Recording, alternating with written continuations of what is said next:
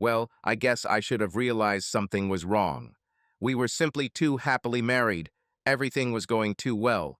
My wife was always attentive, and I always tried to respond in kind. I was as faithful as an old dog, and I believed she was the same. Of course, we had our arguments. Show me a couple that doesn't fight from time to time, and together we will see a couple without passion. All married couples argue and fight. If we hadn't argued, I would have thought that she didn't care, but the arguments always ended in some kind of mutual reconciliation. One of us exploded. We argued, let it out, and then made up. I think some time ago, if I think back, it was maybe 6 months ago, our family life started to change in a different direction. What can I say about this?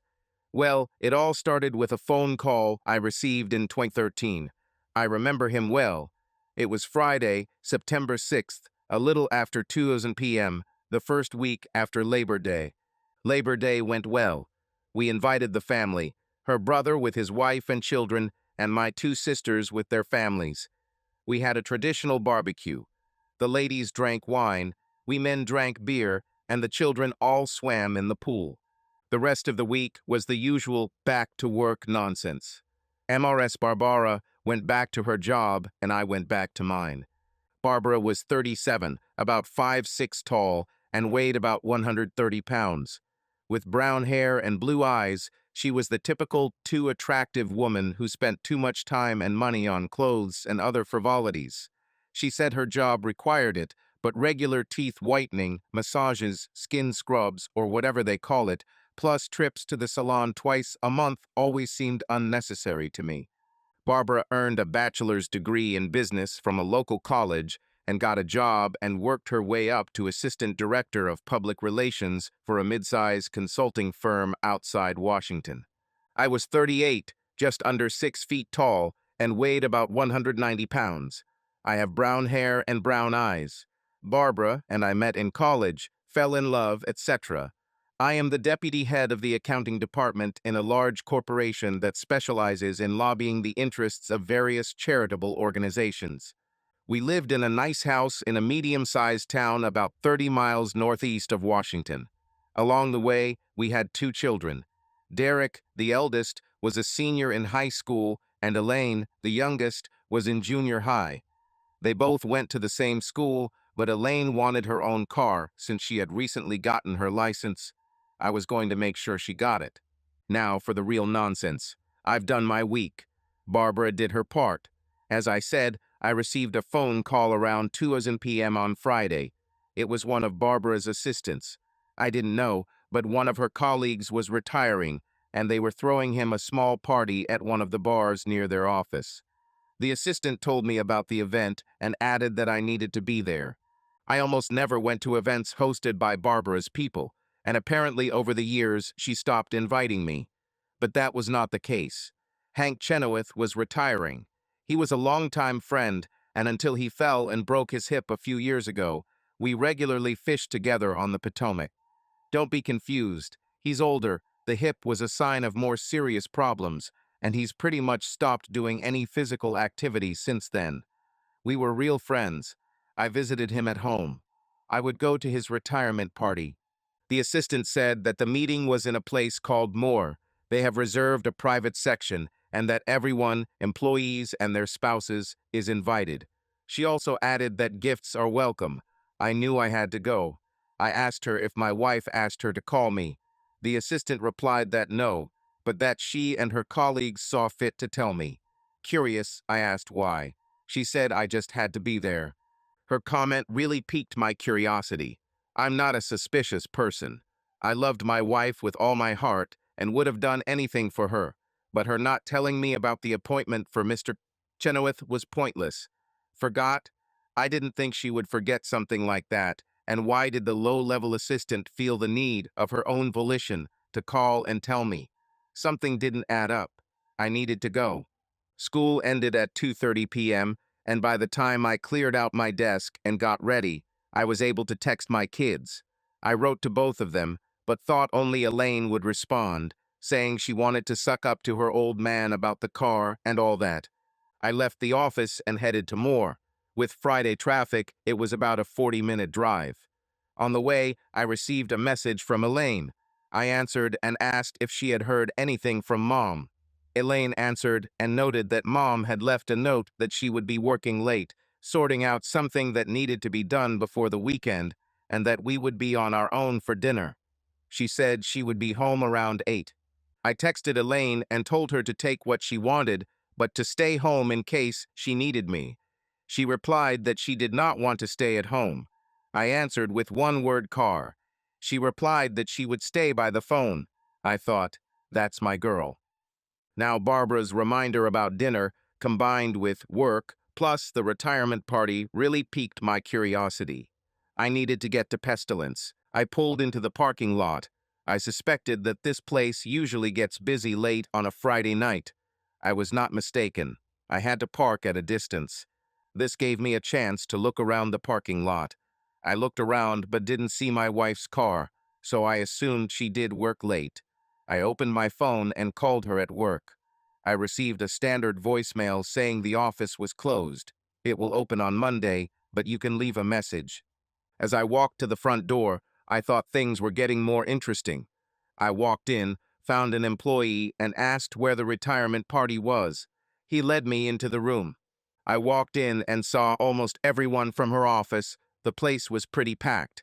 I didn't see my wife anywhere.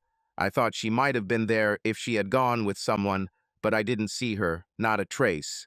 I knew a few of my wife's coworkers, so I headed over to them when I saw one of them. I asked everyone if they had seen my wife. I received different answers. Some said she had to skip because she had to get home. One even said that she said we had plans with her. I found a young girl who called me and asked her if she had seen my wife. She replied that no, and that she did not expect to see her. I asked her then why she bothered to call me. She said she didn't want to get in trouble, but that I should ask if Mr. Bozis Woodland, Mr. Matt Woodland, was at the party. The young woman looked scared. I thanked her and walked away.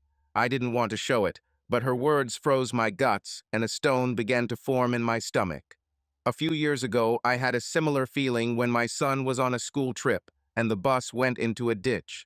Several children were injured, but no one knew which children were injured for quite some time. This terrible feeling of uncertainty. I felt like this now. I thought maybe they were driving together and got into an accident. I held on. I found Hank Chenoweth. I wished him all the best and promised to buy him a gift. He asked for a new rod and reel. I said I would remember this and promised that we would meet soon. He smiled, one of those smiles when you realize that this is not here and not now, but in another life. At that moment, I realized that he was in bad condition. I shook his hand, squeezed it tightly, apologized to my wife, and left. It was weird, not funny, but weird the way Hank looked at me. He knew something, and it had nothing to do with his health. I needed to go home. I arrived home a little after 7 in the evening. Derek left, but Elaine was home. I asked her, "Have you heard anything from Mom?" Elaine was fiddling with her phone. She looked up. "What?" I repeated, "Have you heard anything from Mom?" "No," she answered, without looking up. "Not since she left." I was not an expert in new technologies. I knew how to send messages. We had GPS systems in our cars. I was pretty computer savvy, but the intricacies of texting were a little beyond my understanding, and it just occurred to me that I needed to catch up. "Elaine, you're good with phones, right?" She quickly looked at me suspiciously. "Why do you ask?" "Just wondering," I replied. "Is it possible to retrieve messages from someone else's phone?" She stopped what she was doing. "You don't trust me." "No," I replied. "I trust you. Just wondering if, say, I wanted to see what's on someone else's phone." "Whose phone?" she asked. "Not yours." "Not Derek. He doesn't do anything anyway." I shook off the thought of Barbara and grinned. "And you?" "No, of course not. I'm not stupid. I know what can happen." I returned to my original question. "Can I?" "Of course it's easy." "Do you know how?" Elaine put down the phone. "Who do you want to check, Mom?" I smiled. "Maybe." Elaine grinned. Sure, I can show you. You can even download what she writes to your own phone. Elaine, I said, I want you to show me, but you don't have to tell Mom. That's mean, Dad.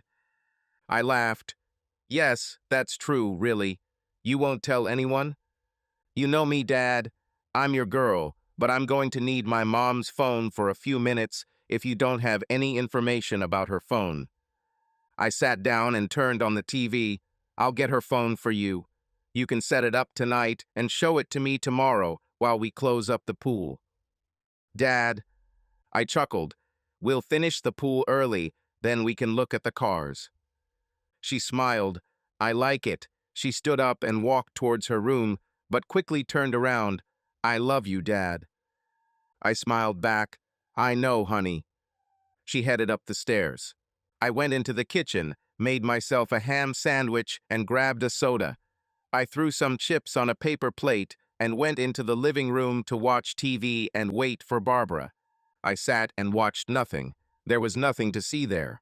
I thought about Barbara, about our life together, why she would lie about something as trivial as a retirement meeting.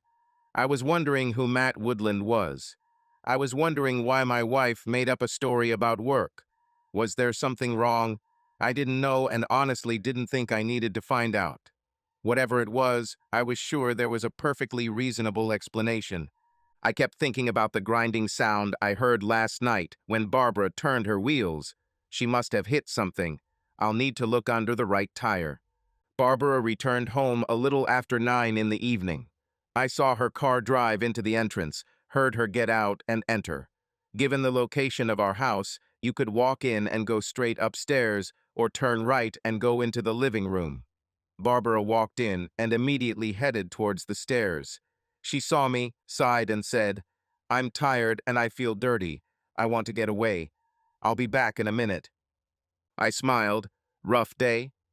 She started up the steps, stopped, nodded, and said, Yeah. I asked, Have you done all the work? She took another step, stopped, smiled weakly, raised her hand, and moved her fingers, saying, To the last drop. I said, Why don't you lie in the bath for a while, change into something cozy, and just go to bed? I have a lot to do before bed. We can talk in the morning. She looked relieved, but then if I had worked as long as she had, I would have looked like that too. She replied, I think I will. She began to climb the steps. Somewhere on the top step, I heard her phone ring as a message arrived. I think she stopped for a minute, but I'm not sure. I returned to the TV. Somewhere around 11, I fell asleep on the sofa. I got up and went upstairs. Barbara was already asleep. I quietly took out her phone and walked down the corridor. I knocked on Elaine's door. From inside, Elaine screamed, Who is it? I'm not dressed. I whispered back, This is your dad. I have my mom's number. Elaine walked to the door, opened it, and let me in. She was only wearing a bra and panties, but I'm a dad, and that didn't count. As we approached her desk, she asked me, You think Mom is spending money again, right? I was behind her, so I didn't see her face, but I heard concern. Barbara has racked up debt in the past. I reassured her. I don't think so.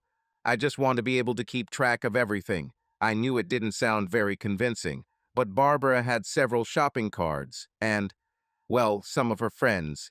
I was surprised. With Barbara's phone and mine in hand, Elaine finished everything in less than a minute. She said, Sorry, Dad, but the way I set it up, until you get to your laptop, you'll have to use mine. I didn't think much of it. Of course, honey. See you in the morning. When I left her room, she reminded me, Don't forget, cars are tomorrow. I said, I won't forget. I went to our bedroom, Barbara's and mine, took off my clothes, changed my panties, and went to bed. Barbara was already asleep. I lay on my back, hands behind my head, and thought, Is Barbara really something? Did you do it? Why didn't she tell me about Hank's pension? Why did she come up with a story about work? Who is Matt Woodland? Oh yeah, Sunday is rally day at our church, and she chairs the worship committee. She probably printed and prepared the ballots. It explains everything. However, I tried to go back and remember what we did during the summer. Isn't that what men like me always do? I couldn't remember anything. Barbara was as warm and caring as always.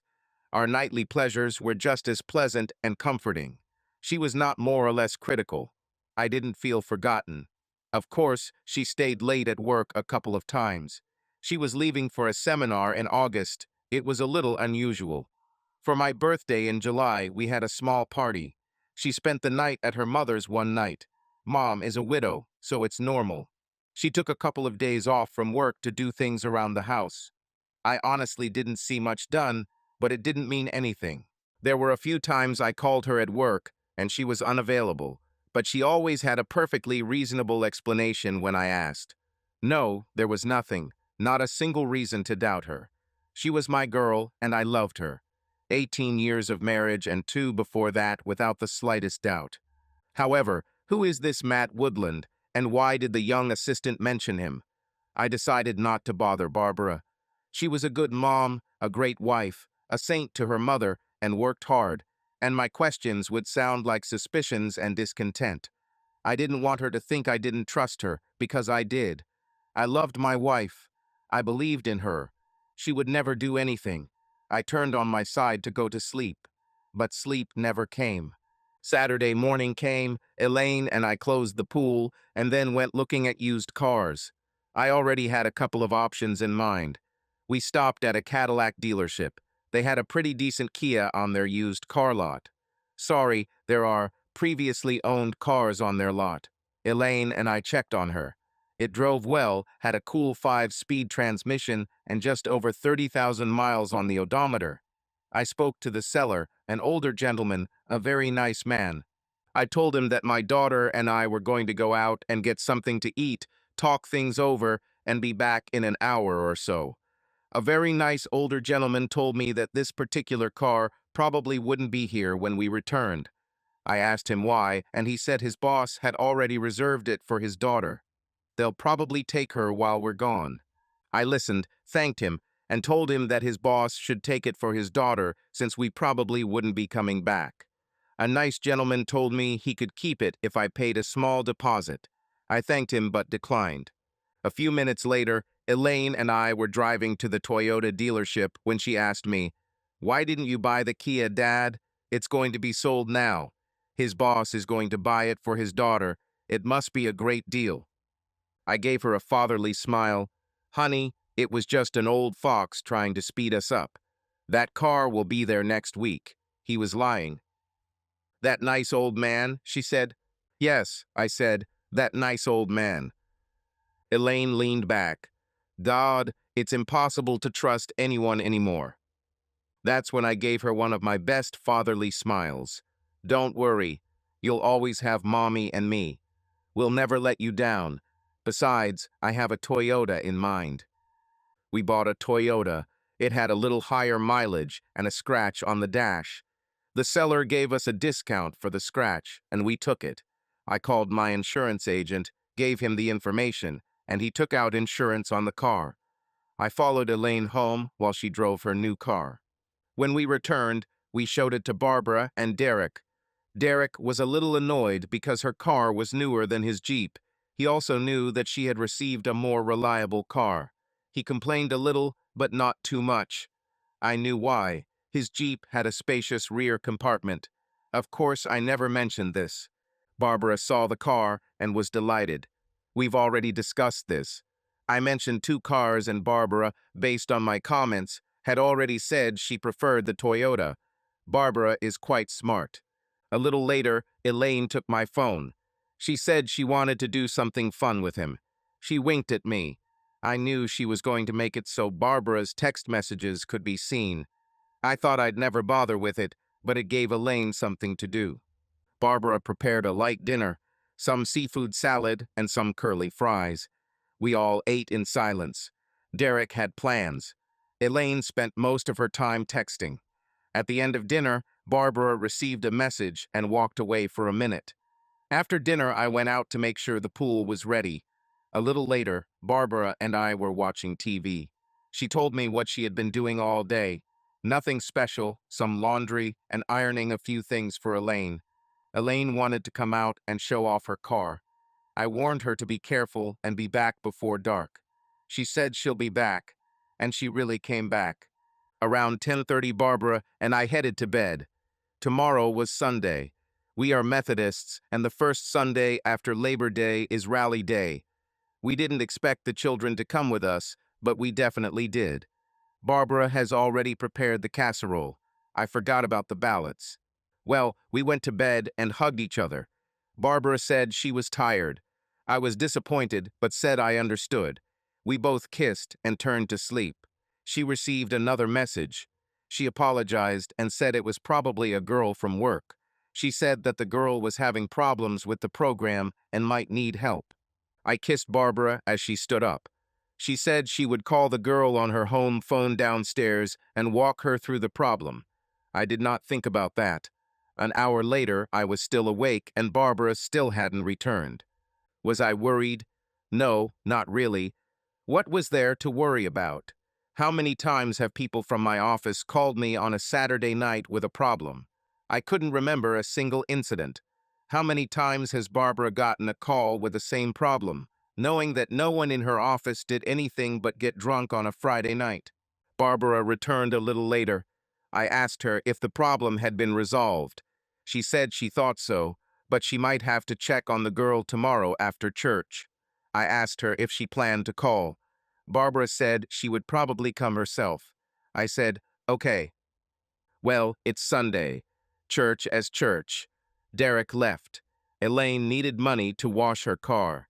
Around 2 o'clock, Barbara left to check on the girl's problem. Barbara had a GPS in her car. I activated it and checked where she was from time to time. I didn't spy on her. I was just checking. I knew she didn't go to the office. She drove to a location on Kashmir Drive. I went online, did a satellite search, and saw a residential complex there. These global satellite images do not provide a live image education. It's usually something from a few months ago or more, so I couldn't see Barbara's car or anything like that. But I saw that it was quite a prestigious complex. I recorded this on my laptop. Barbara returned around 4 o'clock in the evening. She looked pretty fresh. Well, she took a shower this morning. Church was hardly hard work, and traveling several miles in an air-conditioned car was unlikely to cause sweat, so I had no reason to suspect anything was wrong. And I didn't suspect anything. Okay, I've read a little about this. There are probably 100 websites dedicated to different aspects of marriage. Maybe I skimmed through them a little. So what? Barbara is back. I asked her, "Did you go to the office?" She replied, "Yes, there was a slight problem with access. The alarm system was on. Oh, I know the code, I just had to enter it."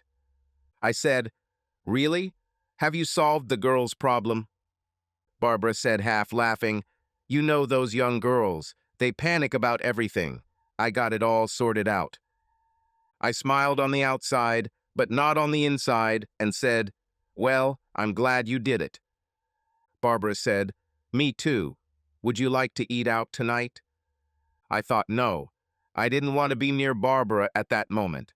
But that's not what I said. I said, "Olive Garden." She said, "Sounds great. Let's wait for the kids and we'll all go together." That's what we did. At the restaurant, Barbara received a text and wanted to leave because Elaine and I were discussing her car. I was starting to get a little worried. Elaine drove a little more than I would have liked. I told her, "Elaine, you know this car is mainly for school. I don't want you driving around the neighborhood." "I love this girl. Don't worry, Dad. I'll be careful." I warned, "No texting or talking on the phone while driving." I looked at Derek. "That goes for you too, kid." Derek just grinned and said, "You're going to put a GPS in Elaine's car. I think you'll need it." This ruined my evening, but I didn't show it. I told him, "You can rest assured." I smiled at Elaine. "We'll install it tomorrow when I get home from work." She smiled.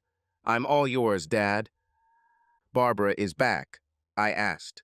"Problems at work again?" She looked worried. "No, it was Mom." I asked, "Is she okay?" She continued to look at her salad plate. No, just lonely. We finished dinner. I drank some red wine. Barbara also drank a little. The children drank soda. We got into my Chevrolet. Barbara drove a BMW and drove home.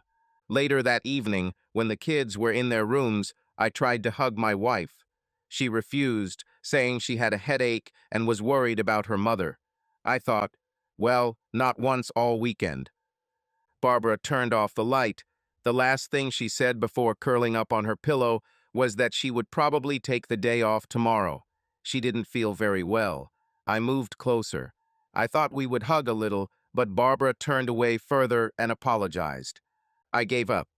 Monday will be busy for me. What's the old saying? Monday, don't trust the day. I got up early, woke up Elaine and Derek. Barbara came down before I left. I asked, "Are you feeling better?" She sort of sighed, or maybe moaned, "I'll be better. I think I just overate, or what I ate wasn't good for me." I said, "Okay." I kissed her forehead and went to work. My Monday mornings are usually pretty hectic. By the time I figured it out, it was almost 12 isn't. I called John Huffman's office. John and I worked together on many projects, and we used to have lunch together. We agreed to meet downstairs and go to Luigi's, a small lunch restaurant popular with people like us. We went, ordered, and got down to business. I took the shrimp salad. John took the chef's salad. We ate and discussed the usual nonsense. John and I have been good friends and colleagues for a long time. Barbara and I used to invite him and his wife to dinner from time to time, but a little over a year ago things went south for the Huffmans. John's wife started an affair with a neighbor, left John and their children, and moved away. John had been going through a difficult time for quite some time. We discussed this when it all happened. His constant comment was that he never believed this could happen to him. But it happened. I felt sorry for him. He didn't deserve this. He worked hard. They had 4 children, all older than mine. She filed for divorce on the grounds of psychological abuse. We both lived in Maryland. He lived in Chevy Chase. Barbara and I lived much further away. There is no such thing as a no-fault divorce in Maryland, at least not technically, and the term irreconcilable differences means nothing. In Maryland, an aggrieved spouse can get at their partner using infidelity, and the plaintiff doesn't even need visual or electronic evidence. They just have to prove the likelihood of misconduct. Understand what this means. John could have caught her, but he had children and didn't want to ruin their lives. Man, he took the hit himself. I was glad that I didn't have that problem. My marriage was on solid ground. John's life was completely different. Oh, he was dating someone, said he had affairs a few times, but it wasn't the same. He said 22 years was a long time. It's not so easy to just walk away, even if you're right. Like I said, I was glad my marriage was okay. After lunch, I returned to the office and thought about John. I thought about Barbara too. I was thinking about Matthew Woodland. Oh, of course I was stupid. I knew it. Around 2 p.m., I took a break. I decided to look for something. Now everyone in the country thinks of Maryland as the big blue state, and in some ways it is, but in other ways it's still very much the old South. Straw suit, Panama hat, big cigar. Liberals and leftists have done a lot, but like everyone else, they haven't gotten it all. Schools and public companies were still expected to meet some fairly strict standards. I didn't know if it was a liberal thing, but I learned that most local companies and the state government were pretty strict about things like morality. It was just a joke, a stupid whim, but I checked Barbara's company policy. Oh yeah, her company had pretty strict policies about sexual harassment, workplace bullying, and something I'd never heard of called a hostile work environment. I was thinking about this guy, Matthew Woodland. Who is he? What if he's harassing my beautiful girlfriend? What if he's forcing her? Barbara is a good girl, a corporate girl. She would be scared to death to say anything about it. Of course, if this Woodland was some kind of big shot, if he was after my beautiful wife, I would have to fix him, yes, fix him well. I could imagine my sweet girl being afraid to move the boat. She might even be afraid to tell me. Of course, she would be afraid to tell me. She knew that I would be up my ass in no time. I called Barbara's company and contacted someone I knew. This was a guy I'd known since Barbara started working there. He was one of the good people. I saw him at Hank's retirement. His name was Hugh Ballantyne. I got through to Hugh's secretary, told her who I was, and that I needed to talk to her boss. She connected me immediately. I spoke to Hugh. "Hi, Hugh. This is Ryan Green, Barbara's husband." "Yes, Ryan. We just talked on Friday. How was your weekend?" "Okay, I hope everything was good for you too." "Yes, everything was fine with me too. How can I help?" I started, "You have a guy named Matthew Woodland. What can you say about him?" Hugh jokes, "You don't happen to work for the CIA, do you?" "No, I just want to know a little about him." Hugh began, "Well, let's see, he's nobody really. He's 22 or 23, I think, just out of college. He's doing small jobs for now, but some of the middle management have high hopes for him." "Why are you asking?" I asked, "Is he somehow related to my Barbara?" "No," answered Hugh. "He's in another part of the forest. Did something happen?" "Well, Hugh, I think someone might be harassing my wife, and his name has come up." It became quiet on the other end of the line. It was a moment filled with anticipation. I wondered if I had caught a sexual predator. If so, I'll get that bastard. Finally, Hugh said something. "You know, Ryan, I think I've seen them together a couple of times. Is there something you want me to say to HR?" I leaned back. I caught the bastard. "No, Hugh, don't worry. I can handle it myself." I leaned back further. Thank God I found the problem. The rest of the day passed easily. On the way home, I stopped and bought Barbara a dozen red roses and a bottle of her favorite perfume. She needed to be comforted. I was her husband, and that was my job. I returned home at the usual time. Barbara was in the kitchen. She didn't do anything, just sat at the table. I looked around and didn't see Elaine or Derek. Looking at Barbara, it looked like she was crying. I gave her flowers and perfume. I sat up. "What's wrong, honey?" She didn't look at me. She looked at the floor. "The children, they ran away." I leaned back. "What?" "They ran away.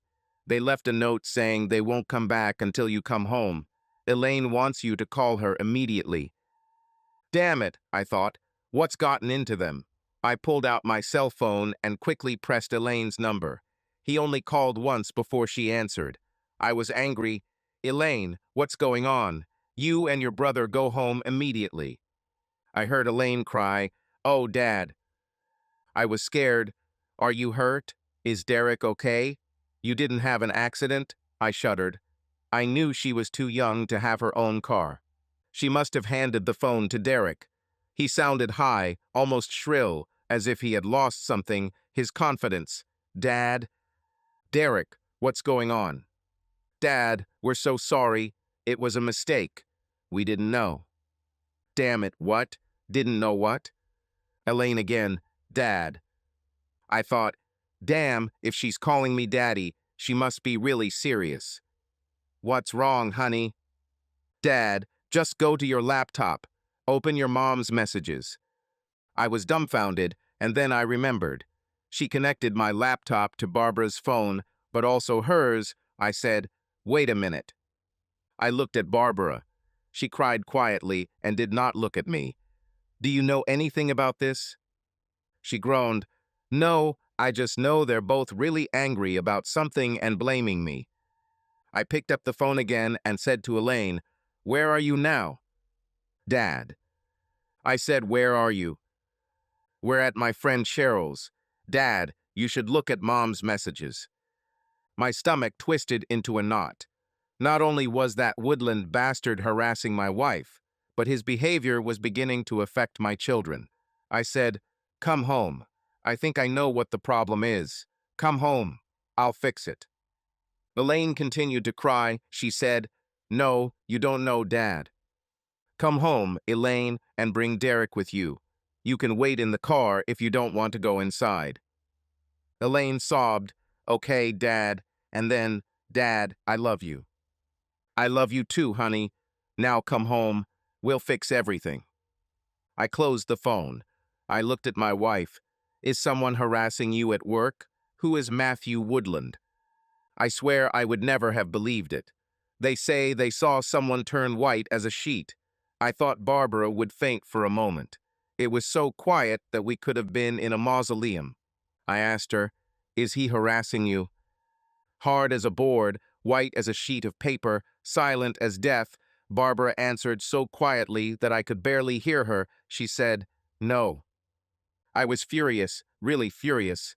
That Woodland bastard not only harassed my wife, but he was fucking ruining my family's life, and he managed to intimidate my wife so much that she couldn't even tell me. I tried to calm down. I took a deep breath. Barbara, listen to me. I got a call last Friday. Someone told me about Hank Chenoweth's retirement. I went to Moore. You weren't there. I called your office and it was closed. I know. That you made up a story about work. Don't be afraid, there are laws about this. He harassed you, didn't he? She rubbed her hands, twisting them in all directions. Her eyes were wider than saucers. I began to fear for her health. I spoke as calmly and quietly as possible. Tell me, Barbara, we can handle this. I reached out to hold her hands. Tell me, honey. She pulled her hands away. No, Ryan. She sometimes called me Rye instead of Ryan. He didn't harass me. I was on the edge. I didn't know what to do. Should I have gone to his house and beaten him to a pulp, or something different? Okay, this is not the moment when I stop and tell everyone that I was in the army, that I was a Navy SEAL, how I earned a Silver Star in Iraq or Afghanistan when I saved 20 of my comrades from an RPG attack. No, nothing like that. But here's the truth. I joined the Maryland National Guard right out of high school. I used the money they provided to help pay for college. I've never done anything. I was a clerk. I went through basic training, but never did anything. But, this is a big but. While I was in the Guard, I smoked a little. Not much, but a little. One day, one of the officers, who was a doctor in real life, grabbed my hand. I never made it past the E5 rank, by the way. He grabbed my hand and told me I had a problem. He said that I need to quit smoking, otherwise, he said I needed to see my family doctor. Well, that's what I did. I went to our family doctor. He looked at me and immediately diagnosed me. He said I had a disease called endarteritis obliterans. For those who don't know, it is also called Buerger's disease. He asked me if I remembered how dizzy I felt the first time I smoked. I said yes. He said it was because my capillaries were shrinking and squeezing out the oxygen. He said that over time they would remain closed and I would begin to lose body parts due to gangrene. He said, "Don't believe me, see for yourself." He stood up from his chair, walked around the table, and pointed with his hand at my legs just above the groin. He said we might have to amputate them here eventually. Then he said, "Ryan, you will walk or you will smoke, but you won't be able to do both." I almost shit myself. He told me to quit smoking and do anything that would improve and restore my blood circulation. Well, that's what I did. I started running. I pulled out an old set of York dumbbells that I bought back in ninth grade. I started lifting weights. I trained day and night. I ran every day. If anyone wanted, they could smell the fear from my scales and clothes. Have I resorted to steroids, honey, or vitamins? No, I was just working. I worked like hell. Have I lost my legs? No. Have I quit smoking? Yes. Was I becoming physically stronger? Of course, yes. I definitely don't know how to fight. Never threw a fist in anger in my life. But now I was angry, and I was built like a brick wall.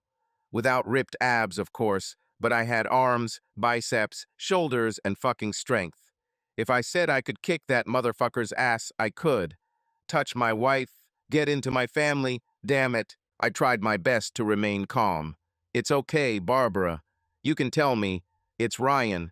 You know me. Barbara looked as scared as I was angry. She whispered again.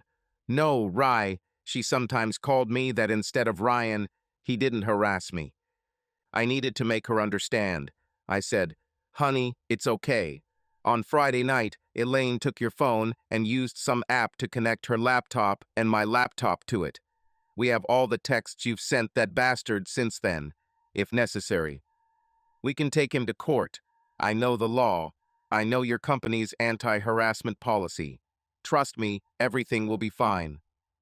She collapsed. She dropped her head in her hands on the table. No, Ryan, she said. He didn't molest me. I molested him. I was stunned. I heard it, but I couldn't believe it. No, I got up from the table and went to get my laptop.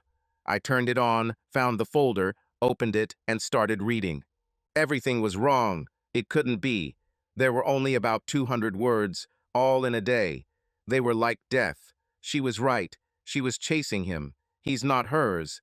He was not married. At least I didn't think so. I read some of these lines over and over again. Here they are. They were terrible. I love you, Matt. You make me young again. When can we meet again? I can leave this Sunday. I want you so much.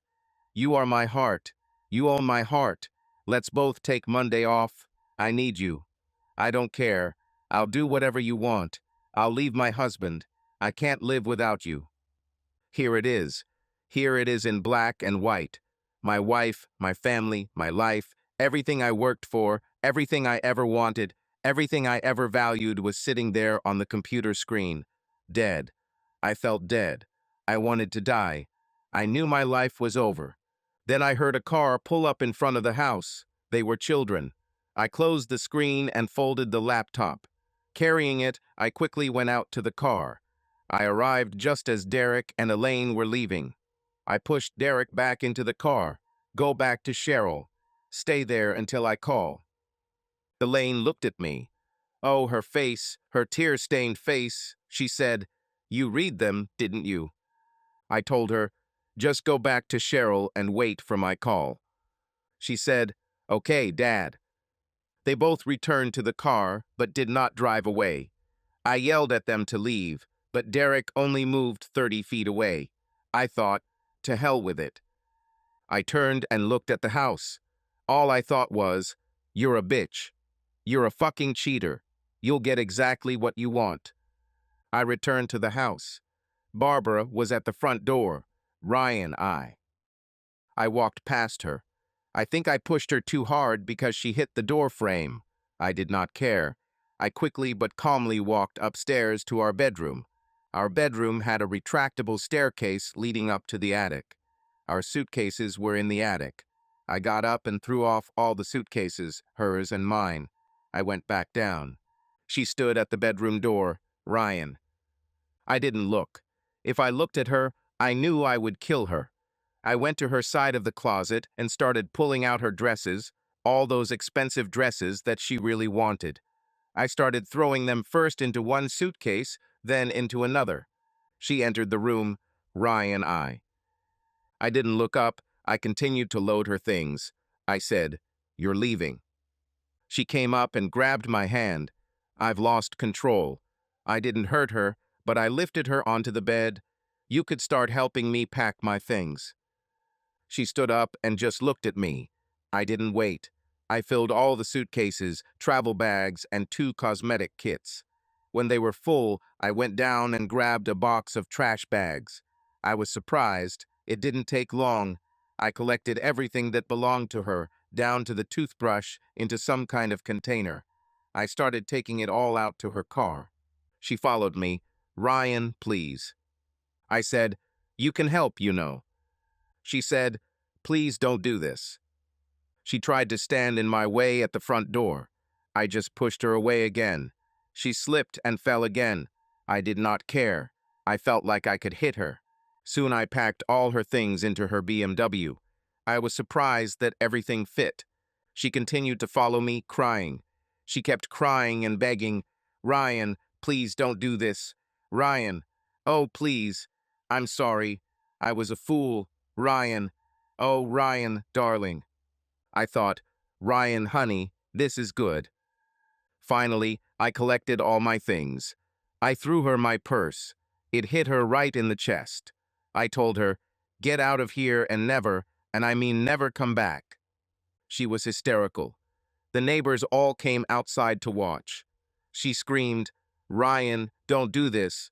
Don't kick me out. I have nowhere to go." I stopped. Despite my anger, I smiled. "Oh no, there is. You have Matthew. Go to your new lover." I carefully, and I must admit, despite my anger, carefully put her into the car. She still hit her head. I was about to slam the door when I saw the glitter of gold. I said, "Wait a minute." I got into the car, grabbed her left wrist, pulled her hand out, and took off first the 10th ring, then the engagement ring, and lastly the wedding ring.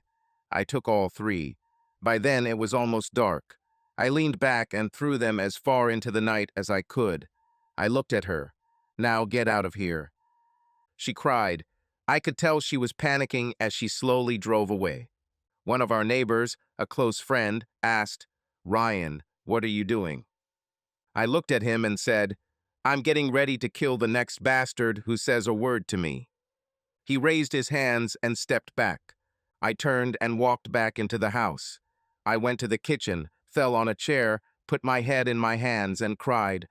This was not the getting off the adrenaline high kind of crying. I cried because of what I had just done. I kicked my wife out of our house. I threw away almost 20 years of love. But then I stopped. I didn't throw anything away, it's her. I found my mobile phone and called the children. Now we can go back. The children were nearby. They returned and saw devastation. Derek came in and asked, "I saw Mom leaving. Where did she go?" I said, "To my lover."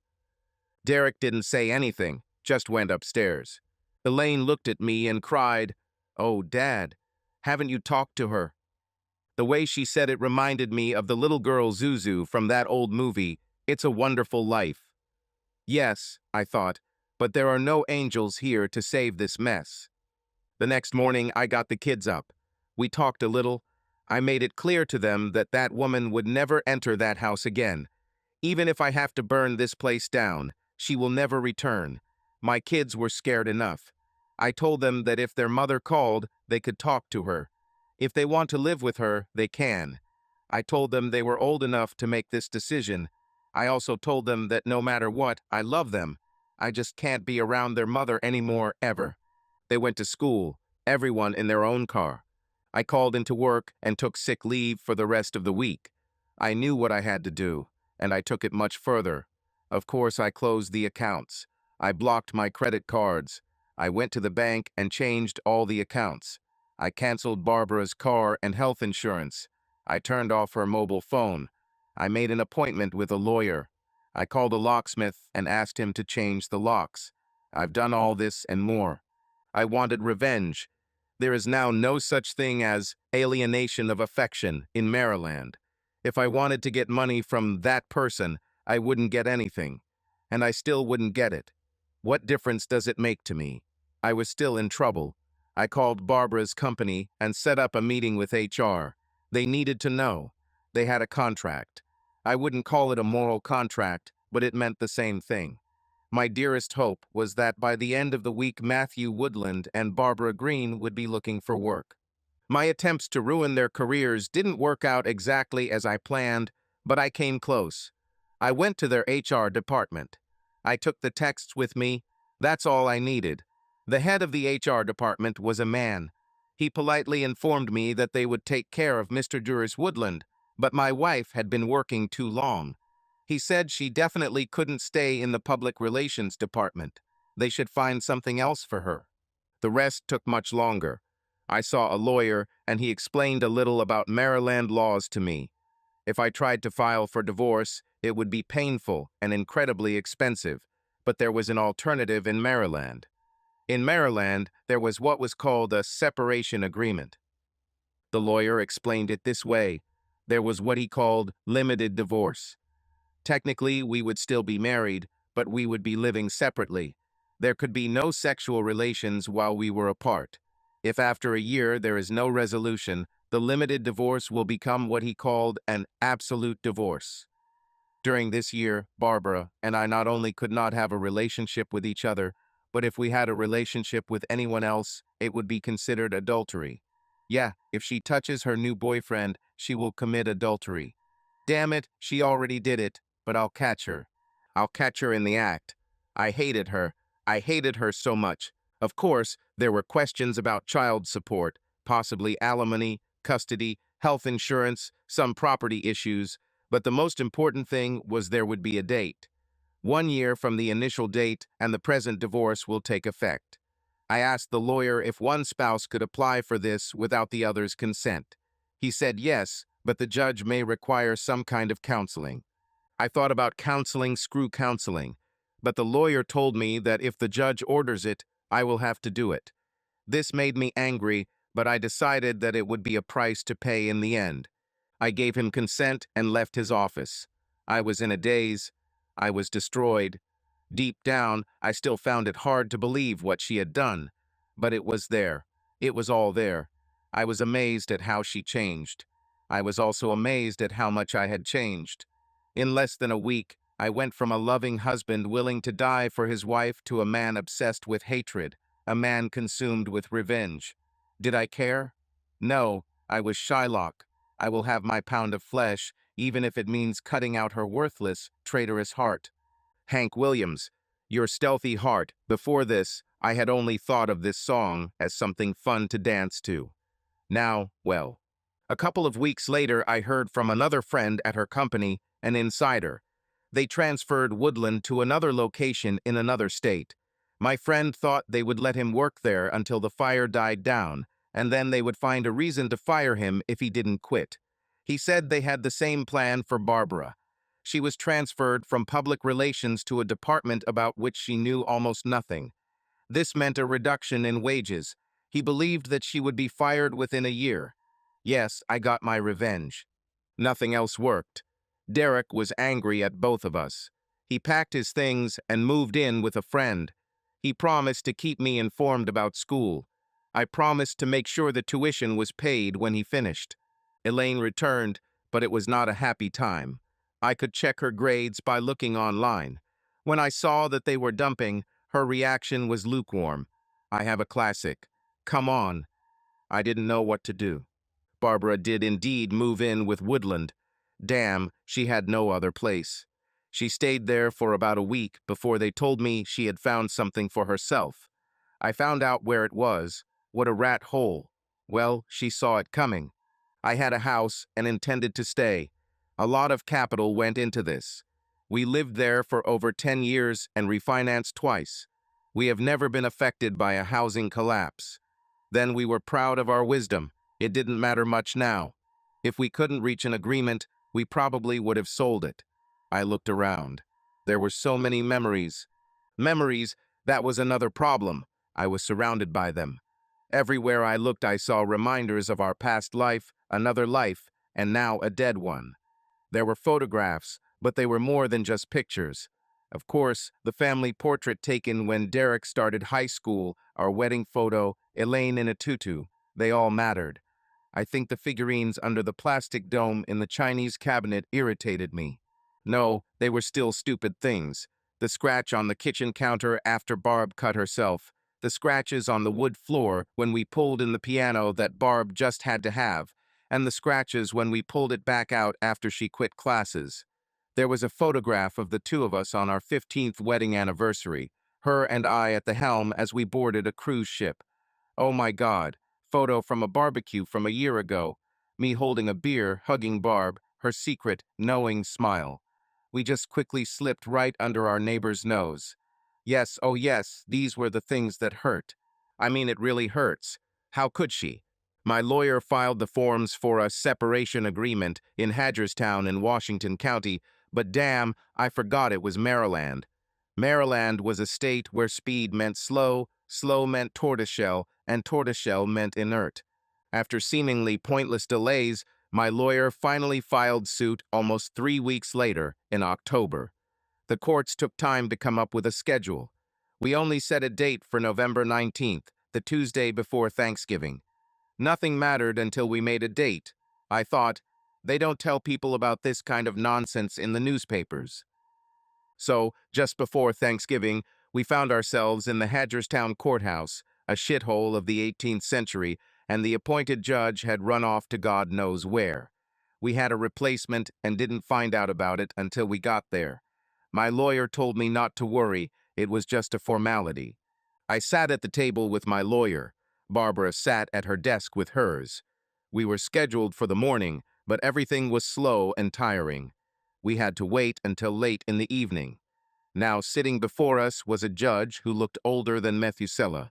He could have been Methuselah all the time he spent. As for Barbara, she looked great. I felt tired and exhausted, but she looked like she had just returned from vacation. Her hair was perfect, her makeup was flawless, her dress fit like a sleeve. She looked fresh, healthy, and young. I assumed that sex with a man just 6 years older than her son must be therapeutic. My lawyer leaned over and whispered, "This is Judge Landis. Things might get a little more complicated. They say that his granddaughter's ex-husband treated her quite rudely during the divorce. Just what I need, I thought, a grandfather full of righteous anger." The judge went through the documents slowly, painfully slowly. The clerk, a very young-looking woman, had to stand next to him while he slowly turned the 8 pages. Finally, he glanced at us over his glasses. I could barely understand his garbled remarks. He looked at me. "You will get your year. It starts today." He turned to the clerk and muttered, "What day is it today?" The clerk smiled softly and said, "On the 19th. The old man smiled at the clerk. I saw him gently pat her hand. "Thank you, dear." He looked at me again and frowned, then looked at Barbara and smiled. "I see you have 2 children, a girl and a boy. I'm old enough to understand. I expect to see them just after Thursday, say Friday morning, at this place." He took a couple of pieces of paper and wrote down the address. He then added, "I expect you two to be there too." My lawyer stood up. "But, Your Honor." The judge reached for his gavel, knocking off the glasses in the process. He hit the wooden resonator with a glancing blow. "This is my son from the courtroom. Do not interrupt." My lawyer timidly sat back. Then my ex-wife's lawyer stood up, "Hopefully someday." The judge looked up. "Yes?" Barbara's lawyer stated politely, not obsequiously, "Your Honor, my client respectfully requests a consultation." The judge smiled at my wife. He looked at me and frowned, then looked back at my wife. "I see that this request for divorce is not your idea." He turned to me again and added in an unfriendly tone, "Counseling will be held." My lawyer stood up again, "With permission of the court." The judge looked down at my man. "Yes." "With the permission of the court," my lawyer added, "we would like to participate in the selection of any lawyer." The judge, almost ignoring my lawyer, said, "I will choose a lawyer," and then looked at me. "Whoever it is will treat both spouses fairly." I shrugged. I heard a whistle and felt the railroad tracks on the back of my head. The judge then closed the proceedings. "I will see both children at the designated location on Friday morning. I expect both parents to be present. The presence of lawyers is not required. In the meantime, I will check the resources of this couple and make a decision. Will there be anything else now?" My man said, "No, Your Honor." Barbara's lawyer agreed, and that was it. Until Friday. As we left the courtroom, Barbara approached me. "Should I bring the kids, or do you want to?" I had no idea. Did she get to them? I replied, "Well, Derek will stay with." She interrupted him. "He is with me now." Damn, I thought he moved in with a friend. Now I find out that my son is dating a cheating bitch. Defector. I started saying something about Elaine. Barbara interrupted me. "I know Elaine is with you. Tell her I said hello and that I love her." I thought, this is seriously screwed up. I replied, "So it's Friday morning." I saw the address. It was a private home on the outskirts of Hagerstown. The address. I didn't know it then, but we were in the private residence of the old judges, and my children, at least my son, had largely betrayed me. We all met at the judge's house. I think he could do it. We seemed to have become, although I did not know or understand why, his project. Barbara and I were sitting outside in what I would call a small living room. There were only two antique Queen Anne-style chairs, a large sofa, and an old desk with a swivel chair in front of it. We both sat uncomfortably. I sat on the sofa and felt tired and uncomfortable. Barbara was sitting in one of the chairs, reading a novel. She looked great. We sat there for almost 2 hours. No water, no way to go to the toilet, nothing. The children went into a closed adjacent room and sat with the judge. I could barely hear their conversation. From time to time I heard laughter. I couldn't understand the content of the discussion. Just before noon, the judge and my children came out. Derek shook the judge's hand, kissed his mother, but only nodded in my direction. Elaine kissed the judge on the cheek. She thanked him. I didn't know why. She kissed her mother and, standing aside, politely said that she would wait for me. I thought, thanks for nothing.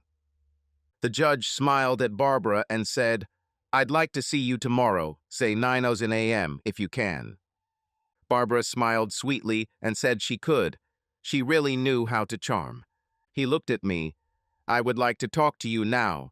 Can you do that? What options did I have? I said yes.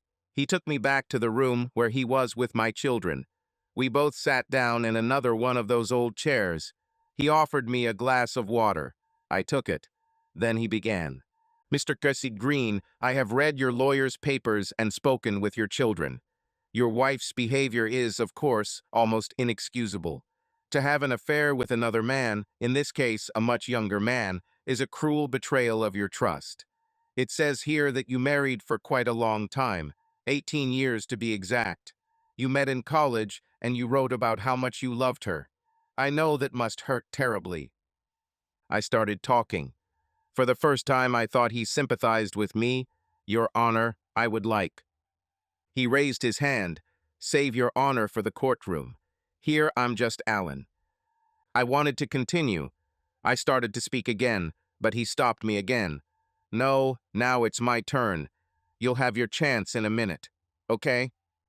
I said, yes, sir. Alan.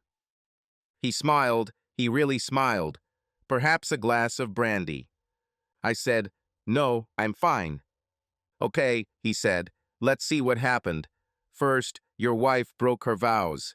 She left the nest and started an affair with a much younger man.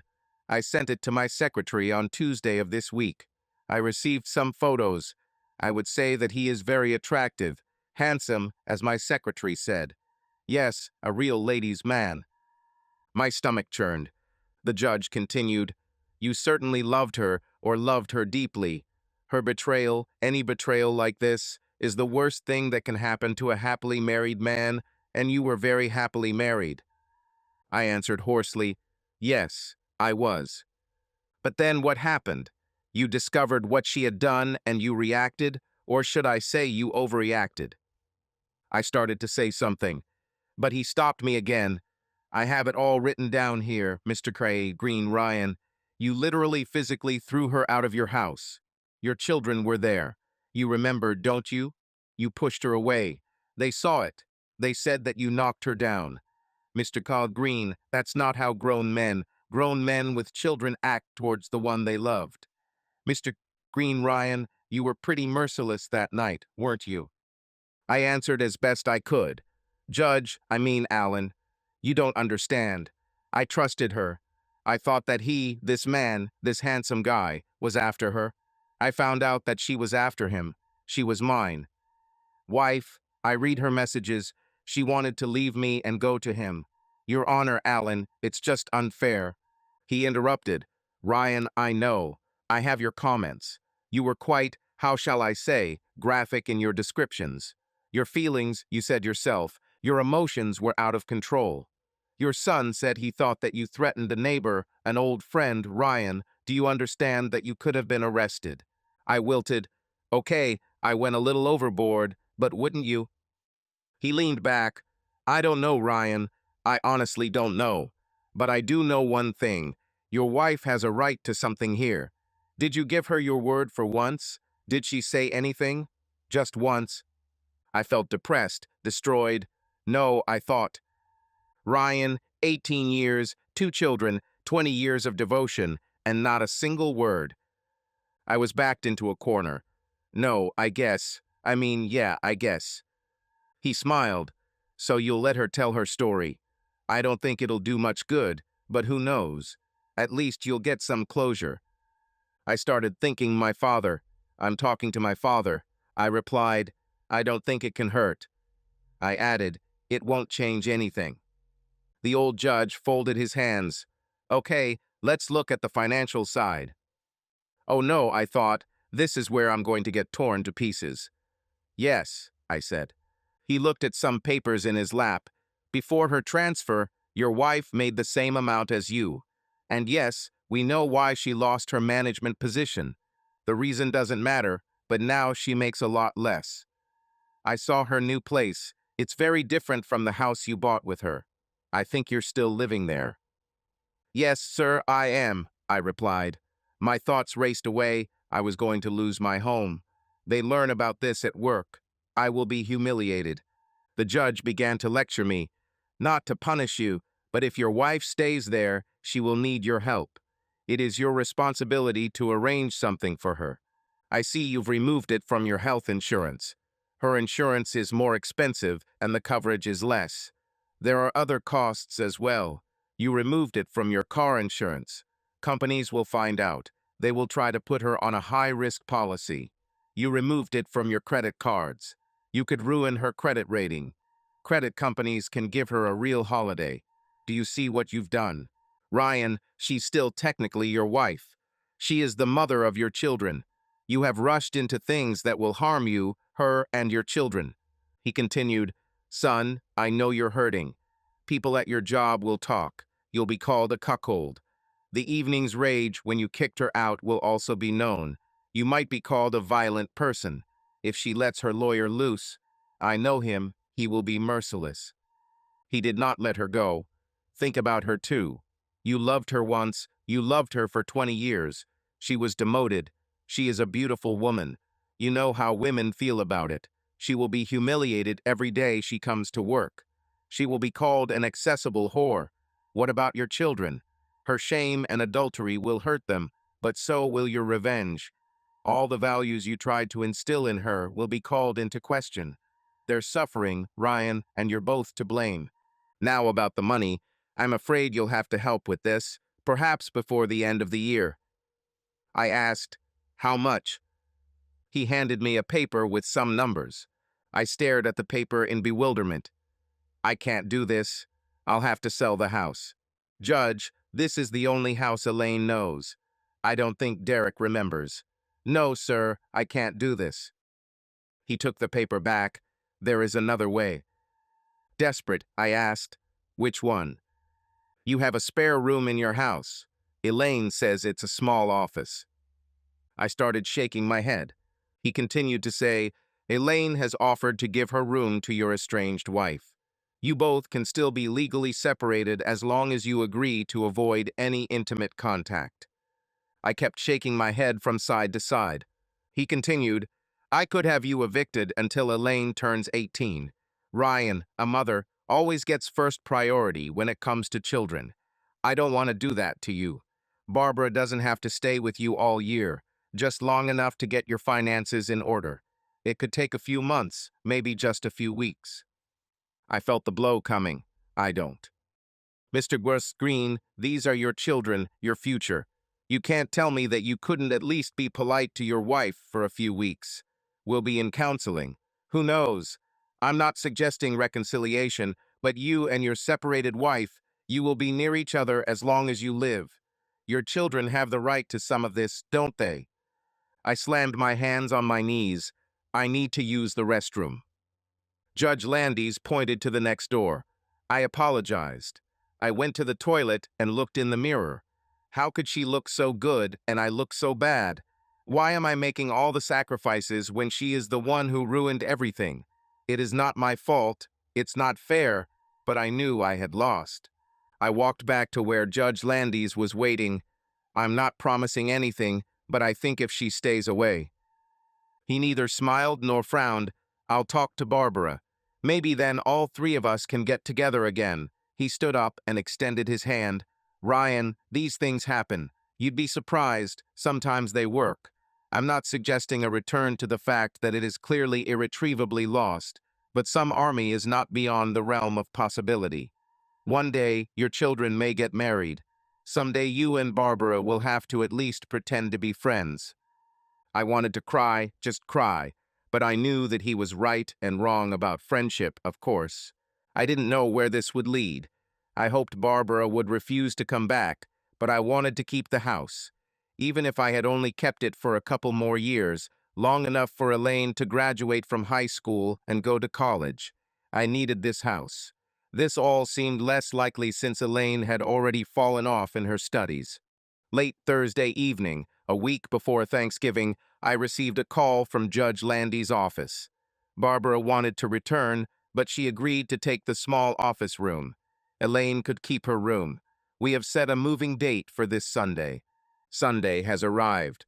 I hired some movers, and 4 hours later Barbara was where it all began. The children were delighted. Barbara seemed cautious. I was miserable. I left. I spent the whole day outside the house. I ate at the restaurant and didn't return until it was time to go to bed. While I was gone, Barbara and Elaine cleaned the entire house from top to bottom. Derek took Barbara's car and washed it. He stopped at the station we usually used. It was closed, but he said he left a note. He wanted her to be examined. Derek said it was an old Chevrolet Cavalier that was in pretty bad shape. Elaine and Derek worked out a system where they shared their rides to school so their mother could use one of their cars to commute to work. Our new living conditions brought changes that I did not foresee. With the exception of Barbara's small room, I could still move around the house freely, but everything else was different. Barbara brought all her clothes, so Derek gave away all his closets and moved his things downstairs. We had a simple bathroom in the basement, toilet, small sink, and shower. Derek started using this bathroom. The old office didn't have a bathroom, but Elaine's room had a full bath. Barbara and Elaine shared it. I still had the master bedroom, our old king bed, a full bath with a shower and a jacuzzi tub. The master bedroom had a huge double closet. Before the breakup, Barb's clothes took up most of the space. I offered to share, but no one accepted the offer, so I had a huge closet that was almost empty, while things were stacked everywhere. The downstairs was set up so that I could use the living room, dining room, kitchen, and laundry room whenever I wanted. Barbara and the kids said they would only use the kitchen when I was at work or in bed. They told me that if I wanted to use the kitchen, they would leave immediately. I could use the living room and TV whenever I wanted. Elaine had a TV, so they decided they would watch everything there.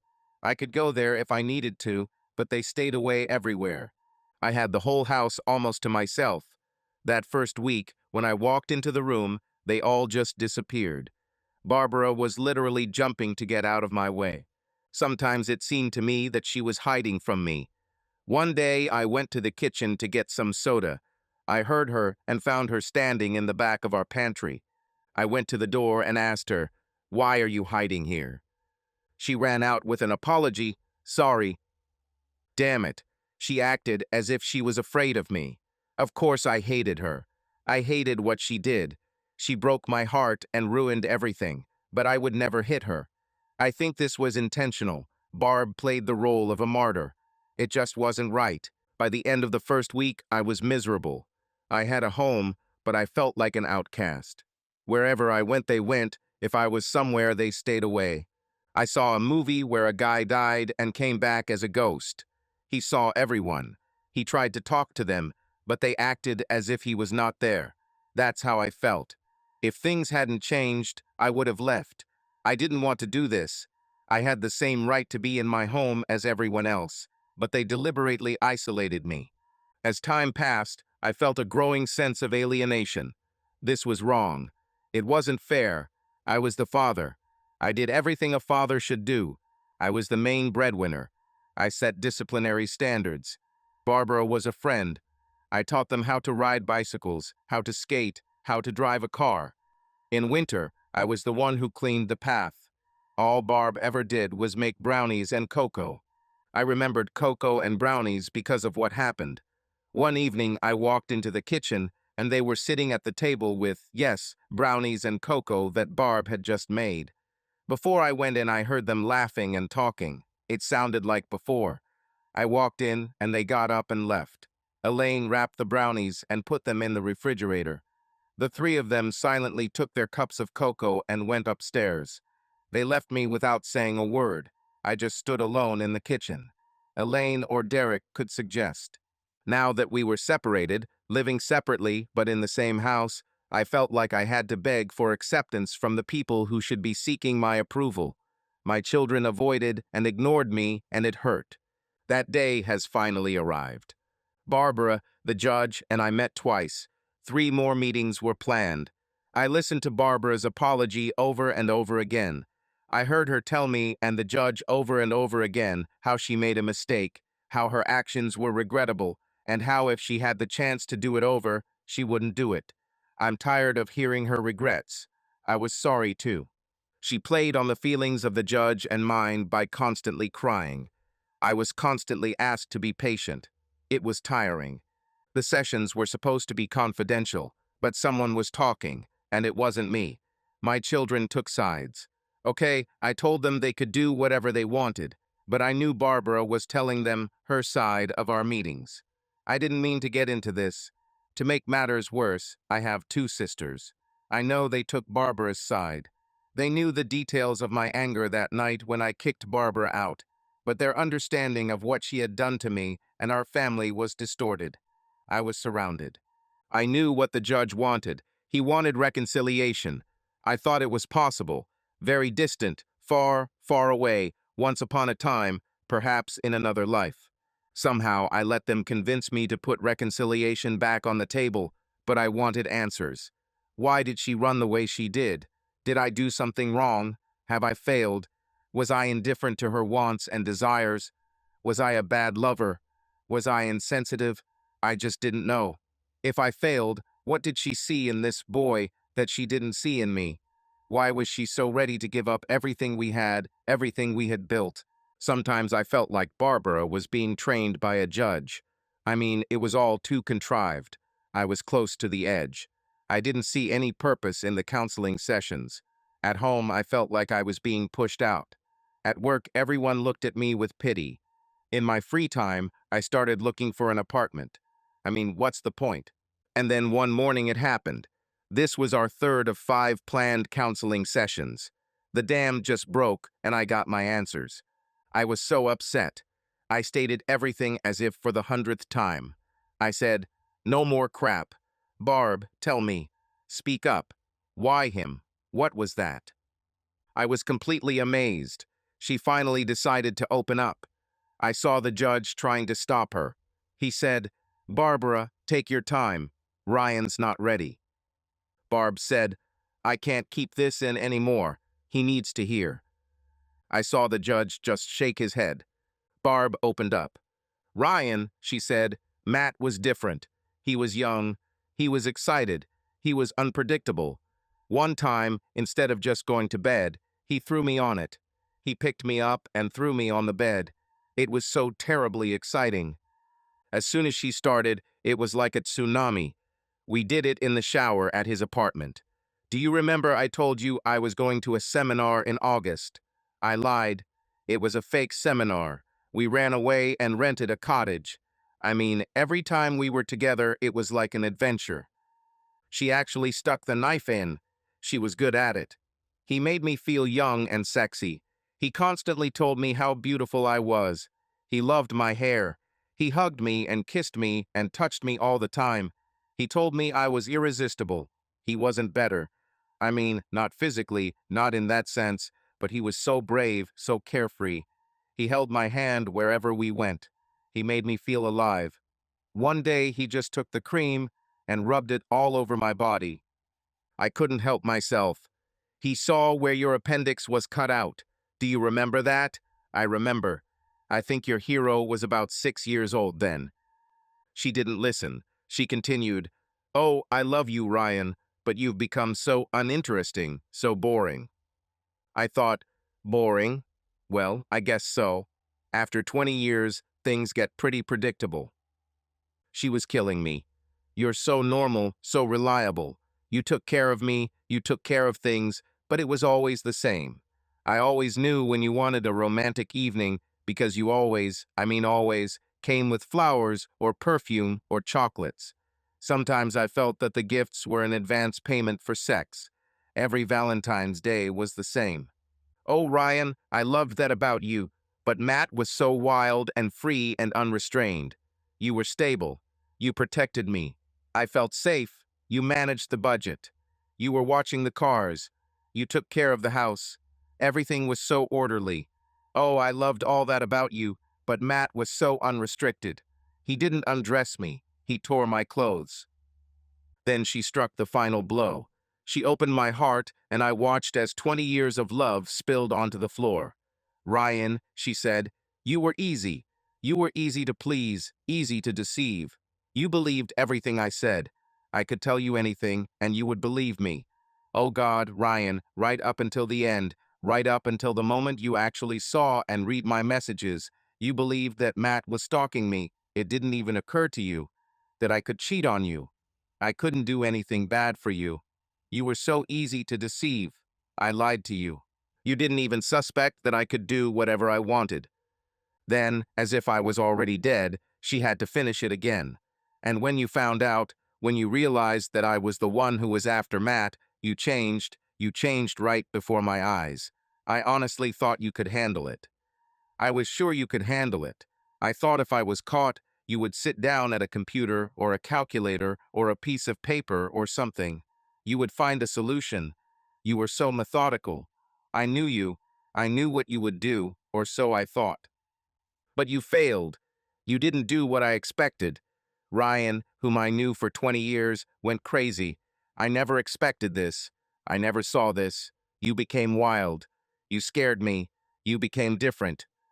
You suddenly became dangerous, not excitingly dangerous like Matt, but frighteningly dangerous.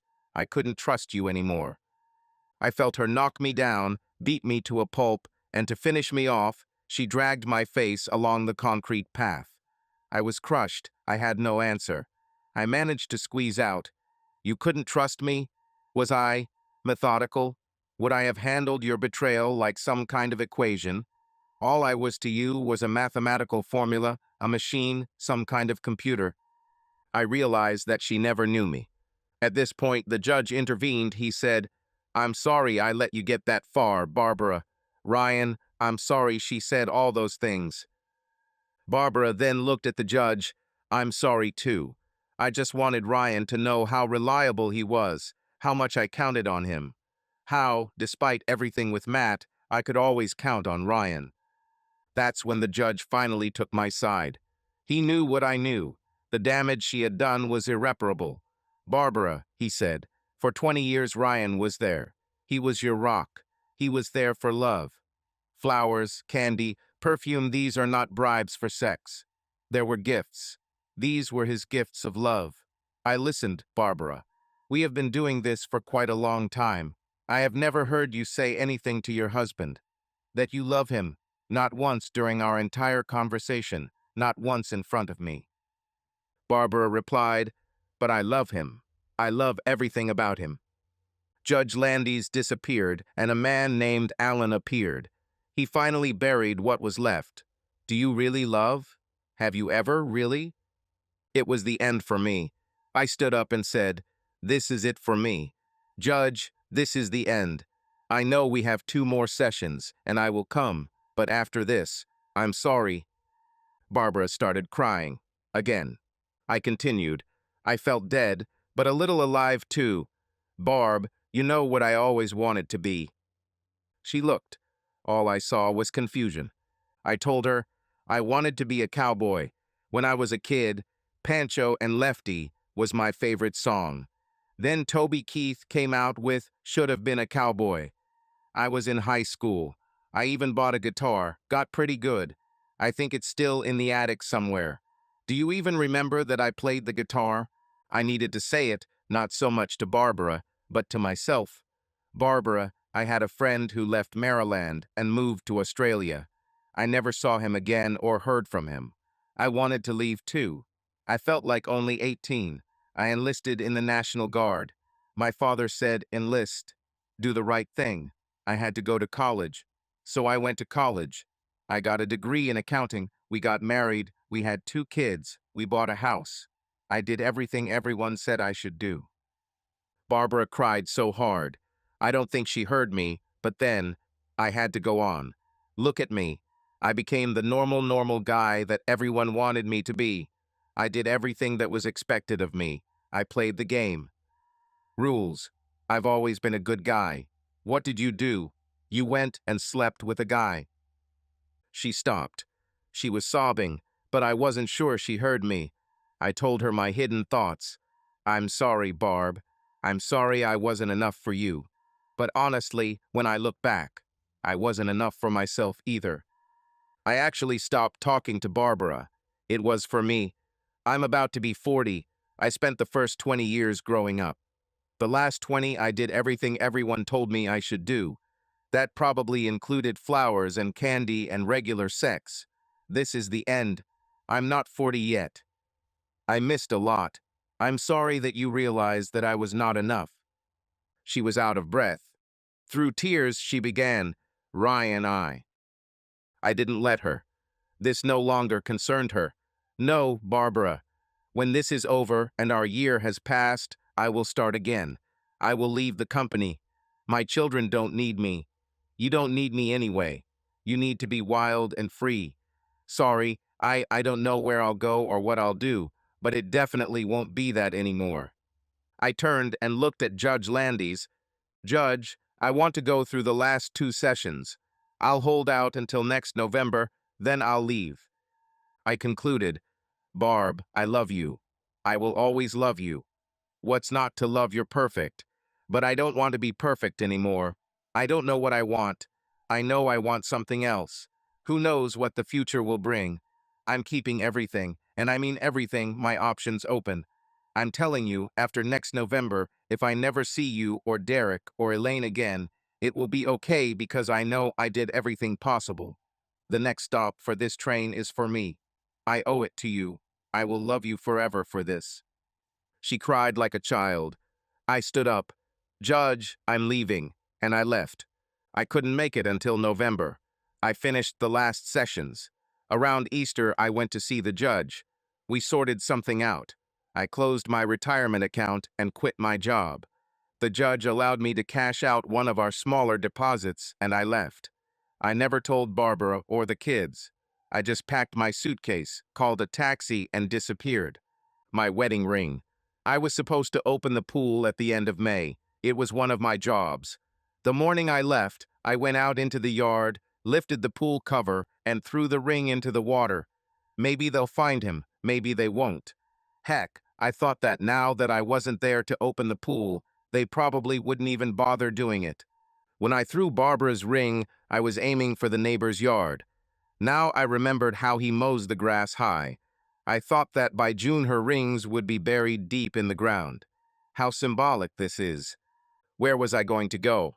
Well, I was too old to be a cowboy, but I always loved fishing and swimming, and although my fingers were no longer as dexterous, I could still play the guitar a little.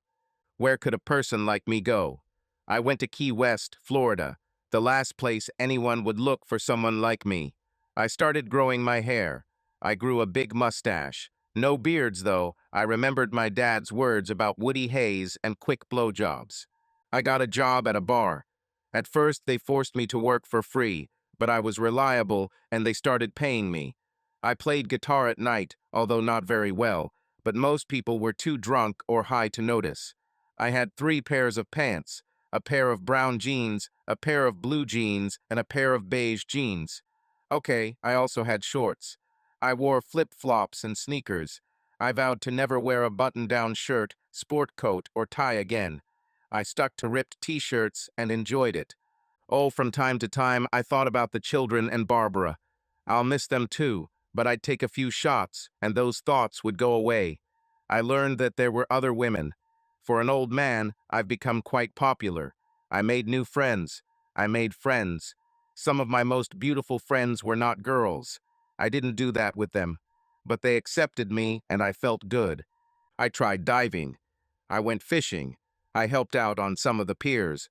Some men who had boats allowed me to participate from time to time. I was good with numbers and helped some of them with taxes. I continued to live my life. It was another Monday when my life became confusing again. I corresponded with my sisters.